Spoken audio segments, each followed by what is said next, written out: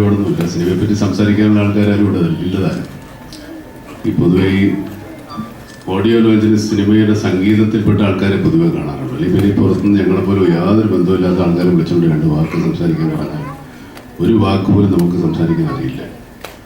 Cinema ഇറങ്ങുന്നതിന് മുമ്പ് ഒരുപാട് പേര് ഈ സിനിമയെ പറ്റി എന്തോ കുഴപ്പങ്ങൾ പറയുന്നുണ്ടായിരുന്നു.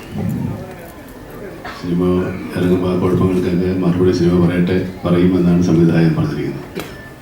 എനിക്ക് പ്രത്യേകിച്ച് ചോദ്യമൊന്നും ഞാൻ ഈ സിനിമയോട് ചോദിക്കാത്തതുകൊണ്ട് എനിക്ക് ആ ടെൻഷനില്ല. സിനിമയായിട്ട് കാണുക. ഈ സംവിധായകൻ്റെ ജീവിതത്തോടുള്ള കാഴ്ചപ്പാടാണ് സിനിമ. അതിനോട് യോജിക്കുന്നവരും വിയോജിക്കുന്നവരും ഉണ്ടാവും. കൂടുതൽ ആളുകൾ യോജിക്കുമ്പോഴാണ് സിനിമ ഒരു വിജയമാകുന്നത്. ഈ സിനിമയുടെ സംവിധായകൻ്റെ കാഴ്ചപ്പാടിനോട് മലയാളത്തിലെ സിനിമ പ്രേക്ഷകരെ എല്ലാവരും യോജിക്കട്ടെ എന്ന് ആശംസിക്കുന്നു, പ്രാർത്ഥിക്കുന്നു. നമസ്കാരം. ശ്വേതാ മേനൻ പ്രഗ്നന്റ് ആയപ്പോഴാണോ ബ്ലെസ്സി സർ ഈ പടം എന്താ പറയുക പ്ലാൻ ചെയ്തത്, അല്ലാതെ ഈ പടം ചെയ്യാൻ വേണ്ടിയിട്ടാണോ ശ്വേതാ മേനൻ പ്രഗ്നന്റ് ആയത്? അപ്പോൾ ഈ ചോദ്യത്തിന്റെ ഉത്തരം ഞാൻ ഒരുപാട് പ്രാവശ്യം ഞാൻ ബ്ലെസ്സിനോടും പറഞ്ഞിട്ടുണ്ട്, what kind of question is that? ബ്ലെസ്സിയേട്ടനും ഞാനും ഒരുപാട് 1-2 സോഷ്യൽ ഗാദറിങ്ങിൽ ഇങ്ങനെ മീറ്റ് ചെയ്യുമ്പോൾ ബ്ലെസ്സിയേട്ടൻ പറയാറുണ്ടായിരുന്നു, ഞാൻ ബ്ലെസ്സിയേട്ടനോട് പറയും, ബ്ലെസ്സിയേട്ടാ നമുക്കൊരു പടം ചെയ്യണം, നല്ലൊരു സ്റ്റോറി കിട്ടിയിട്ടുണ്ടെങ്കിൽ നമുക്ക് പടം ചെയ്യണം. അങ്ങനെ ഒരു ദിവസം ഇങ്ങനത്തെ ഒരു ടോപ്പിക്കിനെ പറ്റി നമ്മൾ സംസാരിച്ചു. പക്ഷെ നമ്മൾ അത്രയൊന്നും സീരിയസ് ആയിട്ട് അതിനെ പറ്റി ആലോചിച്ചില്ല. അത് കഴിഞ്ഞ് എന്താ പറയുക, ഞാൻ പ്രഗ്നൻ്റ് ആയി.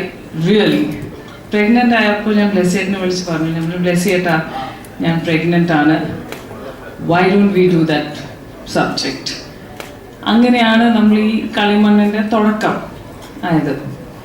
പിന്നെ ഒബ്വിയസ്ലി നമ്മൾ എന്താ പറയുക പ്ലാൻ ചെയ്യലും ഇങ്ങനത്തെ ഷൂട്ടിങ് ഇങ്ങനെ ഉണ്ടാവണം, ഇങ്ങനത്തെ രംഗങ്ങൾ നമ്മൾ പകർക്കാൻ പോവാണ് എല്ലാം ഒരുപാട് ഡിസ്കഷൻ എല്ലാം കഴിഞ്ഞ് അങ്ങനെയാണ് ഈ പടം തുടങ്ങിയത്. ഏറ്റവും നല്ല ഇതുണ്ടായിരുന്ന എൻ്റെ അമ്മ ONV കുറുപ്പാണ് എൻ്റെ കുഞ്ഞിന് വേണ്ടി താരാട്ട് എഴുതിയത്. പിന്നെ കുട്ടേട്ടന് മുമ്പേ രതി നിർവേദനുണ്ട്. നല്ല like you know he's given fantastic music for my film. അതന്നെ സെയിം കളിമണ്ണിൽ കുറച്ചും കൂടി like it's much better. Lali കേൾക്കുമ്പോൾ എനിക്ക് എൻ്റെ മോളെ സ്പെഷ്യലി നമ്മൾ ആ പാട്ടിപ്പോൾ നിങ്ങൾ കണ്ടിട്ടുണ്ട്. ആ ഷൂട്ടിംഗ് നടക്കുന്ന സമയത്ത് ഞാൻ 7th മന്തും 8th മന്തും 9th മന്ത് വരെ നമ്മൾ ഓൾമോസ്റ്റ് ഡെലിവറി വരെ നമ്മൾ ഷൂട്ട് ചെയ്തിട്ടുണ്ട്. അപ്പോൾ ഒരുപാട് ഇമോഷണൽ അറ്റാച്ച്മെൻ്റ് ആണ് ആ സോങ്ങിൽ. അപ്പോൾ അങ്ങനത്തെ എന്താ പറയുക ഒരു നല്ല പാട്ടും നല്ല ഷോർട്സ് എല്ലാം കാണുമ്പോൾ കുറച്ച് ഇമോഷണൽ നോസ്റ്റാൾജിയ ഫീലിംഗ് ആണ്. ഇന്ന് കളിമണ്ണ് റെഡിയായി, മ്യൂസിക് ലോഞ്ചാണ്. ഒരുപാട് കാര്യങ്ങൾ പറയാനുണ്ട്, ഒരുപാട് കോൺട്രവേഴ്സീസ് ഉണ്ടായിട്ടുണ്ട്, ഒരുപാട് ചോദ്യങ്ങൾ ചോദിച്ചിട്ടുണ്ട്. ബ്ലെസ്സിയേട്ടൻ പറഞ്ഞ പോലെ തന്നെ ചോദ്യത്തിൻ്റെ ഉത്തരവും എല്ലാം ഈ പടം തന്നെയാണ്. 1 വർഷം ആയിട്ട് നമ്മൾ ഈ പടം ഷൂട്ട് ചെയ്തിട്ടുണ്ട്. നമ്മൾ എന്താ പറയുക, ഇത് പടം പോലെയല്ല, ഞാൻ ജീവിച്ചതാണ് ഈ പടത്തിൽ. So for me it's like a great, I am very connected to Kalimannu. I hope നിങ്ങൾ ഇതുവരെയ്ക്കും തന്ന ഈ പ്രോത്സാഹനം, ഈ സപ്പോർട്ടും, ഈ ലവ് ഈ പടത്തിൽ നിങ്ങളുടെ അത് വേണമെന്ന് ഞാൻ ഐ എം റിക്വസ്റ്റിംഗ്. ഇത് എൻ്റെ 7ാമത്തെ സിനിമയാണ്. പറയാറുണ്ട്, ആദ്യ സിനിമ പോലെ സിനിമയെ മുന്നോട്ട് കാണുമ്പോൾ ഒരു ഭയത്തോടുകൂടി ഇരിക്കുന്ന ഒരവസ്ഥ. പ്രത്യേകിച്ച് മമ്മൂക്ക എൻ്റെ ആദ്യ സിനിമ മുതൽ ഈ 7 സിനിമ വരെ മമ്മൂക്ക അഭിനയിച്ചിട്ടുള്ളതും ഇല്ലാത്തതുമായ എല്ലാ സിനിമകളിലും എന്നോടൊപ്പം സഞ്ചരിച്ചുകൊണ്ടിരിക്കുന്ന ഒരു വ്യക്തിത്വമാണ്. അദ്ദേഹത്തിന് പ്രത്യേകമായി ഒരു നന്ദി പറയാതിരിക്കാൻ പറ്റില്ല. കാരണം ഞാൻ എവിടെയും പറയുന്നത്, ഞാൻ ആദ്യമായി പേന എടുക്കുന്നത് മമ്മൂക്ക പറഞ്ഞിട്ടുണ്ട്. ഒരുപാട് നിങ്ങൾക്കൊക്കെ അറിയാവുന്ന പോലെ പലതരത്തിലുള്ള മാനസികമായ സംഘർഷങ്ങളിൽ കൂടെ കടന്നുപോയ 1 വർഷത്തിന് ശേഷമാണ് നിങ്ങളുടെ മുന്നിൽ ഞാൻ നിൽക്കുന്നത്. കഴിഞ്ഞ 6 സിനിമകളിൽ നിന്നും വ്യത്യസ്തമായ ഒരു തലത്തിൽ സിനിമ സഞ്ചരിക്കണം എന്ന ആഗ്രഹം കൊണ്ട് തന്നെ ഒരു സ്ത്രീയുടെ ജീവിതത്തിലെ ഒരു യാത്ര, വലിയ യാത്ര.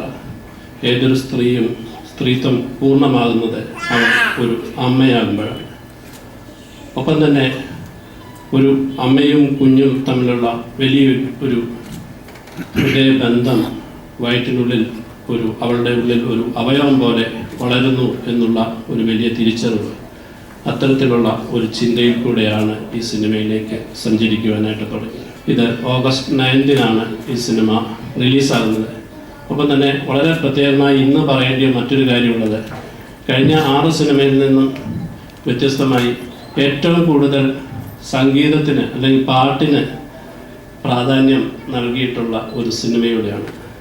പലതും പാട്ടിലൂടെ, താരാട്ടുപാട്ട് മുതൽ അങ്ങനെ പാട്ടിലൂടെ സഞ്ചരിക്കുവാനായിട്ട് സാധിച്ച ഒരു സിനിമയാണ്. അതുകൊണ്ട് ഒരു 8 സീക്വൻസോളം ഒരു സംഗീതത്തിലൂടെ സഞ്ചരിക്കുന്നുണ്ട്. അതിന് എന്നെ ഏറ്റവും അധികം സഹായിച്ച Shri ONV Kurup sir, Shri M Jayachandran, ഇവരോടുള്ള നന്ദിയും സ്നേഹവും അറിയിക്കുകയാണ്. ബ്ലസ്സേട്ടൻ്റെ കളിമണ്ണിനെ ഞാൻ വിശേഷിപ്പിക്കാൻ ആഗ്രഹിക്കുന്നത് മനുഷ്യത്വത്തിൻ്റെ തൂവൽ സ്പർശമായിട്ടാണ്. The tender touch of humanness. മനുഷ്യനിലെ വളർന്നു വരുന്ന മാംസത്തിനോടുള്ള അഭിനിവേശം അല്ല കളിമൺ, മറിച്ച് മനുഷ്യനിലെ സ്പിരിച്വാലിറ്റി വളർത്താൻ ഓരോരുത്തർക്കും അമ്മയെക്കുറിച്ചുള്ള ചിന്തകളിലൂടെയും സ്നേഹത്തിലൂടെയും ജീവിക്കാനും ഉള്ള ഉൾപ്രേരണ നൽകുന്ന ഒരു സിനിമയാണ്. കളിമണ്ണിലെ സംഗീതത്തിന് ഞാൻ എൻ്റെ ഏറ്റവും പ്രിയപ്പെട്ട സഹോദരൻ, എൻ്റെ പ്രിയപ്പെട്ട ചേട്ടൻ, എൻ്റെ പ്രിയപ്പെട്ട സംവിധായകൻ, മലയാളികളുടെ എല്ലാം പ്രിയപ്പെട്ട സംവിധായകൻ ബ്ലസ്സിയേട്ടനോട് കടപ്പെട്ടിരിക്കുന്നു. ഒരുപക്ഷെ എൻ്റെ സംഗീത ജീവിതത്തിൽ ഏറ്റവും അധികം ഗാനങ്ങൾ അടങ്ങുന്ന ഒരു സിനിമ എന്ന് ഒരു സിംഗിൾ സിനിമ എടുത്ത ഒരുപക്ഷെ കളിമണ്ണായിരിക്കും. ഇതിൽ 3 മുഴുനീള ഗാനങ്ങളുണ്ട്, പിന്നെ 5 ബിറ്റ് സോങ്സും, അങ്ങനെ 8 പാട്ടുകൾ ഉണ്ട് എന്ന് അവകാശപ്പെടാൻ സാധിക്കും എന്ന് ഞാൻ വിചാരിക്കുകയാണ്. വളരെ പ്രത്യേകതയുള്ള ഒരു കോമ്പോസിഷൻ എന്ന് ഞാൻ വിചാരിക്കുന്ന ഒരു പാട്ട് ലാലി ലാലി എന്നുള്ള പാട്ടാണ്. സാധാരണയായിട്ട് അമ്മ കുഞ്ഞിനോട് പാടുന്നതാണ് താരാട്ട് അല്ലെങ്കിൽ ലല്ലബായി എന്ന് പറയുന്നത്. ഇത് വയറ്റിനുള്ളിലുള്ള കുഞ്ഞിനോട് ഒരു അമ്മ പാടുന്ന ഒരു താരാട്ട് എന്നുള്ളത് നേരത്തെ ഏതെങ്കിലും ഒരു സീക്വൻസിൽ സിനിമയിലോ അല്ലെങ്കിൽ മറ്റ് ഭാഗങ്ങളിലോ വന്നിട്ടുണ്ടോ എന്നുള്ളത് ഞാൻ സംശയിക്കുന്നുണ്ട്. ഒരു ഫ്ലൈറ്റ് യാത്രയുടെ ഇടയിലാണ് ബ്ലസ്സിയേട്ടനായിട്ട് സംസാരിക്കുമ്പോൾ ഞാൻ ബ്ലസ്സിയേട്ടൻ്റെ അടുത്ത് പറഞ്ഞു, വയറ്റിനുള്ളിലെ കുഞ്ഞിനോട് ഇങ്ങനെയാണോ അമ്മ ഒരുപക്ഷെ പാടുക? ലാലി ലാലി ലാലി ലാലി എന്ന് പറഞ്ഞു. അപ്പോൾ ബ്ലസ്സിയേട്ടന് അത് ഭയങ്കര ഇഷ്ടമായി. അങ്ങനെയാണ് ആ പാട്ട് ഉണ്ടാവാനായിട്ടുള്ള ഒരു കാരണം ഉണ്ടായത്. ഈ പാട്ടുകളൊക്കെ തന്നെ എൻ്റെ ഹൃദയത്തോട് വളരെയധികം ഞാൻ ചേർത്ത് വെക്കുന്നു. എൻ്റെ കരിയറിൽ തന്നെ ഏറ്റവും ചില മികച്ച കോമ്പോസിഷൻസ് ഈ സിനിമയിൽ ഉണ്ട് എന്നുള്ള വിശ്വാസം ആണ് എനിക്ക്. നമ്മുടെ പാട്ടുകൾ, ബ്ലസ്സിയേട്ടൻ്റെയും എൻ്റെയും ONV സാറിൻ്റെയും പാട്ടുകൾ നിങ്ങൾക്ക് എല്ലാവർക്കും ഇഷ്ടപ്പെടും എന്ന് ഞാൻ വിശ്വസിക്കുന്നു.